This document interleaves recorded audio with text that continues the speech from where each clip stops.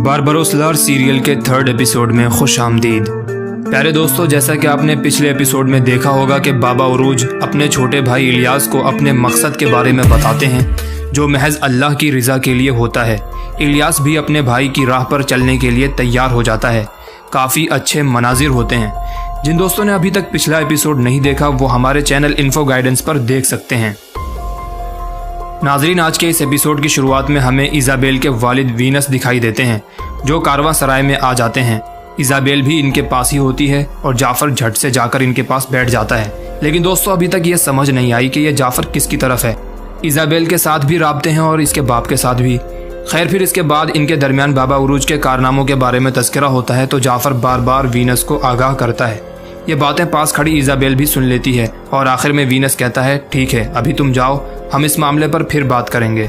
देखते हैं ये फिर क्या बात करते हैं। दोस्तों, इसके बाद आप देखेंगे कि हमें कलिमनोस दिखाया जाता है जिसमें पेत्रो अपनी नशिस्त पर विराजमान होता है और अपने साथी से कहता है, कलिमनोस, वेनिस, सीविया, क्रीत और अब इस्कंदरिया, मैंने वो राज जानने के लिए सारे बहरे रूम में खूरेजी की। मैं जानता था कि ये इतना आसान नहीं होगा, लेकिन इस बार वाकई हम इसके करीब पहुंच गए हैं। मुझे यकीन है जब वो बड़ी ताकत हमारी हथेली में होगी तो सब कुछ बदल कर रह जाएगा। मैं सिर्फ एक कातिल नहीं बनूंगा बल्कि हमारे मुक़द्दस पोप की बेटी लुक्रेज़िया के लायक शोहर भी बनूंगा। मतलब ये कमबख्त भी उसी अमानत के पीछे होता है जिसके पीछे उस्ताद सुलेमान और खिज़र रईस होते हैं। खैर, साथ ही इसका एक सिपाही आ जाता है और कहता है, जनाब, जिस ग्रुप का आप इंतज़ार कर रहे थे वो कास्तिला से आ चुका है। और फिर बाहर हमें एक सिपाहियों का गिरोह दिखाया जाता है जो जंगी साजो सामान से लेस होता है। पेत्रो के हुक्म पर उनके सामने 2 सोने से भरे संदूक रखे जाते हैं और फिर पेत्रो उनसे खिताब करता है जिसके अल्फाज कुछ यूं होते हैं। वो कहता है, ये सोना तुम्हारी अगली मुहिम के लिए है। उनको इन सरजमीनों से निकालना काफ़ी नहीं है। वो हमारे साहिल के करीब मुनज़्ज़म हो रहे हैं और वो ख्वाब देख रहे हैं वापस आने और एक दिन इंतकाम लेने का। आप कैसे एक वहशी को इंतकाम लेने से बाज रखेंगे? जाहिर है मार कर। मराकश में माई बंदरगाह पर हमला किया जाएगा। यह हमारे मुक़द्दस पोप अलेक्जेंडर का हुक्म है। हम उन्हें अफ्रीका के साहिल पर रहने नहीं देंगे। वो कभी आराम से नहीं सो पाएंगे। वो कभी वापस आने का ख्वाब भी नहीं देखेंगे। उसके बाद दूसरी बंदरगाहों का नंबर भी आएगा और हम तमाम साहिल के शहरों का कंट्रोल संभाल लेंगे और हम उन्हें बहरे रूम के समंदर में दफन कर देंगे। और फिर अपने बचपन का ख्याल देखता है और कहता है, जब मुझे हमारे मुक़द्दस पोप ने चुना उसने मुझे पहले पेत्रो कहा। उसने मुझे एक नया नाम और मकसद दिया और फिर उसने मुझे अपने ख़ानदान की मोहर के साथ ये अंगूठी दी। मुझे अंधेरों में भेज दिया और दुनिया को रोशन करने को कहा। और तुम सब मेरे भाइयों इस मकसद को पूरा करने में मेरी मदद करोगे।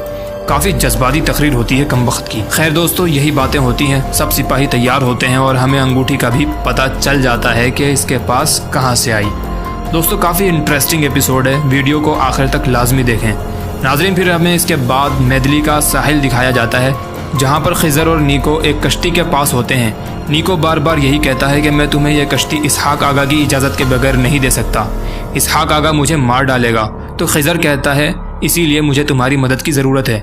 इसहाक आगा को बताना कि तुमने मुझे नहीं देखा। काफ़ी वक्त तक इनकी गर्मा गर्म बहस चल रही होती है और आखिरकार खिज़र नीको को राज़ी करके वहाँ से मुक़द्दस अमानतों और शहज़ादा मुराद को बचाने कलिमनोस की तरफ निकल पड़ता है। अब आएगा ना मज़ा। प्यारे दोस्तों, अब बारी आती है ज़ैनब और मेदलिना की जो बहरी जहाज़ पर कलिमनोस जाने के लिए सवार होती हैं। वही ठरकी भी इनके साथ होता है। ये कमबख्त ठरकी जब अपनी सारी हदों से तजावुज़ कर जाता है तब ज़ैनब इसे एक ज़ोरदार थप्पड़ का मज़ा चखाती है जिससे इसके सारे होश ठिकाने आ जाते हैं। कमाल का सीन होता है। दोस्तों, दूसरी तरफ मेदली में नीको वापस आ जाता है और इसहाक आगा से छुपता छुपाता निकल रहा होता है, लेकिन वो फिर भी दिख जाता है और इसहाक आगा उसे बुलाकर कहते हैं, तुमने खिज़र को देखा है? नीको कुछ परेशान सा हो जाता है और खिज़र के प्लान के मुताबिक कहता है, नहीं, मैंने उसे नहीं देखा। ये बात सुनकर इसहाक आगा समझ जाते हैं कि ये ज़रूर मुझसे कुछ न कुछ छुपा रहा है, लेकिन आखिर में उसे ये कहकर भेज देते हैं कि जाओ, अगर तुम्हें कोई खबर मिली तो मुझे बता देना। बड़ा भाई तो बड़ा भाई होता है। अपने बड़े भाई या छोटे भाई की कदर किया करें। सच में ये रिश्ते बड़े अजीज़ होते हैं। प्यारे दोस्तों, फिर इसके बाद हमें इस्कंदरिया में बाबा उरूज अपने जाबाजों के साथ देखने को मिलते हैं। ये सबसे पहले सल्तनत उस्मानिया के कासिद को अलविदा कहते हैं कि इतने में काफ़ी सारे लोग इनके आसपास जमा हो जाते हैं। तो उनमें से एक बुजुर्ग कहते हैं, हमने सुना है कि आपने एक जालिम काफिर को मज़ा चखाया है, आपने मुसलमानों को खुश किया। इस्कंदरिया के ये नौजवान अगर आपकी इजाज़त हो तो आपके लिए कुछ करना चाहते हैं। और फिर बाबा उरूज की इजाज़त से सब नौजवान अपना अपना रक़्स दिखाना शुरू कर देते हैं, जो काफ़ी मज़े का होता है। लेकिन इससे भी इंटरेस्टिंग ये चीज़ होती है कि साथ ही इज़ाबेल आ जाती है। बाबा उरूज और इसकी आंखों वाली लड़ाई खूब होती है और फिर इशारा करती है कहीं जाने का। बाबा उरूज भी हाँ में सर हिलाते हैं, भाई क्या हो रहा है। और इधर साथ ही दो लड़कियां इलियास के भी इंतज़ार में खड़ी होती हैं। जब ये इन्हें देखता है तो तरह तरह के बहाने मारता है, लेकिन बाबा उरूज समझ जाते हैं और कहते हैं, मैं पहले इज़ाबेल के पास नहीं बल्कि अपने घर जाऊंगा, क्योंकि डिस्पिना मेरा इंतज़ार कर रही है।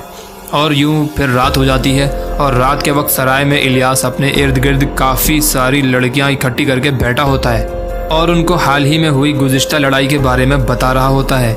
अभी यही बातें हो रही होती हैं कि साथ ही इज़ाबेल आ जाती है और कहती है, उरूज रईस कहाँ हैं? तो इलियास कहता है वो अपने घर चले गए हैं। ये एक तल्ख हकीकत है इज़ाबेल कि समंदरों पर हुकूमत करने वाले बाबा उरूज डिस्पिना से डरते हैं। आप मुझसे सफ़र के बारे में पूछ सकती हैं। तो इज़ाबेल इसके साथ मज़ीद बात नहीं करती और निकल जाती है और ये फिर उन लड़कियों के साथ बातें करने में मशगूल हो जाता है। प्यारे दोस्तों, अब बारी आ जाती है इस सीरियल के दो किरदारों को साथ देखने की, यानी डिस्पिना और बाबा उरूज। ये दोनों अपने घर में बैठे खाना खा रहे होते हैं, साथ साथ एक दूसरे से हाल खबर पूछते हैं। काफ़ी अच्छे मनाजिर होते हैं। और फिर उरूज रईस कहते हैं, डिस्पिना मैं चाहता हूँ कि हमें मैदली जाना चाहिए। मैं अपने भतीजों को गले लगाना चाहता हूँ। मैं अपने भाई और खाला को देखना चाहता हूँ, अपने छोटे भाई खिजर को भी। आप इस बारे में क्या सोचती हैं? तो डिस्पिना कहती है, ये बहुत अच्छा ख्याल है उरूज, और शायद हम मेरे बाबा के साथ भी कुछ वक्त गुजार सकें। मुझे यकीन है कि अब वो इतने अरसे बाद पुरसुकून हो गए होंगे। दोस्तों, दोनों की तड़प होती है अपनों से मिलने की। फिर आखिर में दोनों आग के पास बैठ जाते हैं। अच्छे मनाजिर होते हैं। इसके बाद हमें इस सीरियल के दो और किरदारों को दिखाया जाता है, जो किलिच साहब और उनका बेटा शाहीन होता है। दोस्तों, यहाँ पर सीन कुछ ऐसा होता है कि किलिच साहब अपने बेटे को बाबा उरूज की आखिरी कामयाबी के बारे में बता रहे होते हैं और काफ़ी खुश भी होते हैं। बाबा उरूज और इलियास की कामयाबी पर शाहीन को यकीन नहीं आता कि वो दोनों ये कैसे कर सकते हैं, लेकिन किलिच साहब उसकी अच्छी खासी खिंचाई करते हैं और कहते हैं, काश ऐसा कारनामा मेरे बेटे ने भी किया होता। और आखिर में कहते हैं, बातें बहुत हो गई, अब हम कल उरूज और उसके भाई से मिलने जा रहे हैं। शाहीन काफ़ी हीले बहाने करता है कि हम उन्हें यहाँ बुला लेते हैं, हमें वहाँ जाने की क्या ज़रूरत है। मतलब कि अपना स्टेटस दिखा रहा होता है, लेकिन किलिच साहब नहीं मानते और अगले दिन बाबा उरूज के पास जाने के लिए तैयार हो जाते हैं। देखते हैं वहाँ पर ये क्या करने वाले हैं। नाजरीन, फिर अगले सीन में बाबा उरूज और इलियास इज़ाबेल के पास पहुँच जाते हैं। इज़ाबेल काफ़ी परेशान होती है अंतुआन की वजह से, क्योंकि बाबा उरूज ने ही उसके भाई को कत्ल किया होता है। काफ़ी खदशों का इजहार करती है, मगर बाबा उरूज और इलियास बिल्कुल मुतमईन और पूरी तरह मुस्तहकम नज़र आते हैं। खैर, आखिर में ये उसे भी ये इत्मीनान दिलाते हैं कि अल्लाह खैर करेगा, तुम इतनी परेशान ना हो। काफ़ी अच्छे पल होते हैं, दोनों एक दूसरे से खूब गपशप करते हैं। मतलब कि अभी तक मामलात ओके ओके चल रहे होते हैं। और फिर आखिर में इज़ाबेल कहती है, एक ताजिर है जो हमसे मुहाफिज तलब कर रहा है, मैंने उससे आपकी सिफारिश की है। तो इलियास झट से कहता है, हम अभी आए और आप हमें दोबारा वापस भेज रही हैं। लेकिन बाबा उरूज कहते हैं, ठीक है, मैं उस ताजिर से मिलकर सामान देखूंगा, तुम उनसे रकम तय कर लेना। इनकी यही बातें जारी होती हैं कि इतने में गोलम आकर कहता है, किलिच साहब आए हुए हैं। ये सुनते ही तीनों दौड़ते हुए बाहर जाते हैं। मतलब कि भाई किलिच साहब की इस सीरियल में अपनी एक वर्थ है। खैर, जैसे ही बाबा उरूज बाहर आते हैं और किलिच साहब के हाथ का बोसा लेने के लिए आगे बढ़ते हैं तो वो रोक देते हैं और कहते हैं, बेटा आपने हमारा सर फख्र से बुलंद कर दिया, हमेशा अपना सर ऊंचा रखो ताकि हम तुम्हें फख्र से देख सकें।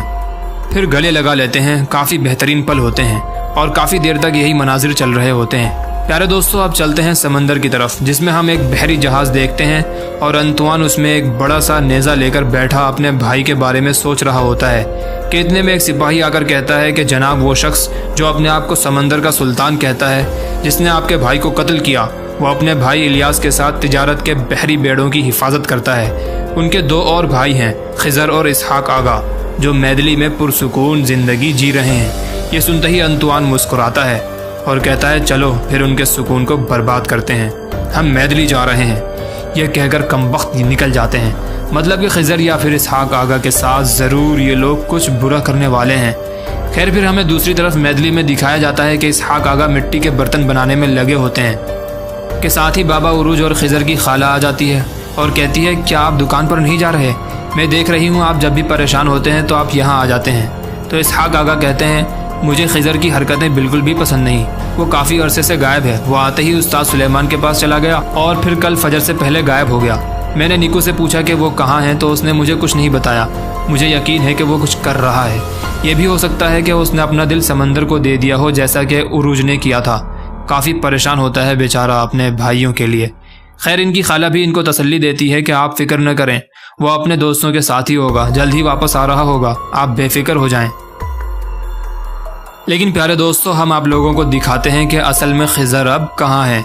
ये देखिए, जनाब खिज़र साहब कालिमनोस के बाज़ार में हैं। एक लोहार की दुकान पर कुछ बनाने में लगे होते हैं। पता नहीं ये क्या बना रहे होते हैं, लेकिन जो कुछ भी कर रहे होते हैं काफ़ी ख़तरनाक और हिकमत अमली से भरपूर लग रहा होता है। चलें थोड़ा हम भी इंतज़ार करते हैं और देखते हैं कि आखिर ये क्या करने वाले हैं। दोस्तों, इसके बाद हमें बाहर बाज़ार में पैत्रो दिखाई देता है, जो अपने साथी को कहता है, हम वो राज ढूंढने वाले हैं जिसके लिए हमने स्पेन की पूरी लाइब्रेरी लूट ली। एक सल्तनत इस राज की वजह से तबाह हो गई और इसी राज की वजह से एक नई सल्तनत पैदा हुई। हम नहीं जानते कि ये राज क्या है। शायद ये एक बेमिसाल ख़जाना है या एक सच जो इन तमाम ख़जानों को बेकार बना दे। हम सिर्फ इतना जानते हैं कि पहला आदमी इस राज को जानता था। यही इनकी बातें जारी होती हैं कि फिर हमें मैदली में उस्ताद सुलेमान को दिखाया जाता है, जो कि बहुत ही महफूज जगह से एक किताब निकालते हैं। जहाँ तक मुझे लगता है ये वही ख़जाना होता है। खैर, ये बड़े ही अदब के साथ किताब को मेज़ पर रखते हैं और उनके अल्फाज कुछ यूँ होते हैं कि पहले इंसान हज़रत आदम अलैहिस्सलाम के बाद से इंसानियत इस राज को जानने के लिए जंगें लड़ रही है। पानी का राज, ज़मीन का राज और इनके दरमियान इंसान का राज जो कि चिकनी मिट्टी से बना है, आदम और उसके बेटों का राज। मैं कसम खाता हूँ कि मैं इसकी हमेशा हिफाजत करूँगा। मैं इसके लिए अपने आप को कुर्बान कर दूँगा और यह कि मैं इसके मालिक को यह अमानत सौंपने से पहले नहीं मरूँगा। मैं एक बार फिर कसम खाता हूँ। तो प्यारे दोस्तों, आज के इस एपिसोड का ये आखिरी सीन होता है। देखते हैं यह अमानत क्या है, क्या ये पैत्रो हासिल कर पाएगा और उस्ताद सुलेमान अपने बाद ये अमानत किसे सौंपेंगे। बने रहिए हमारे साथ, जुड़े रहिए, अपना ख्याल रखिए और हमारे चैनल का भी। उम्मीद करते हैं आप दोस्तों को आज का ये एपिसोड ज़रूर पसंद आया होगा। मिलते हैं नेक्स्ट एपिसोड में। Take care.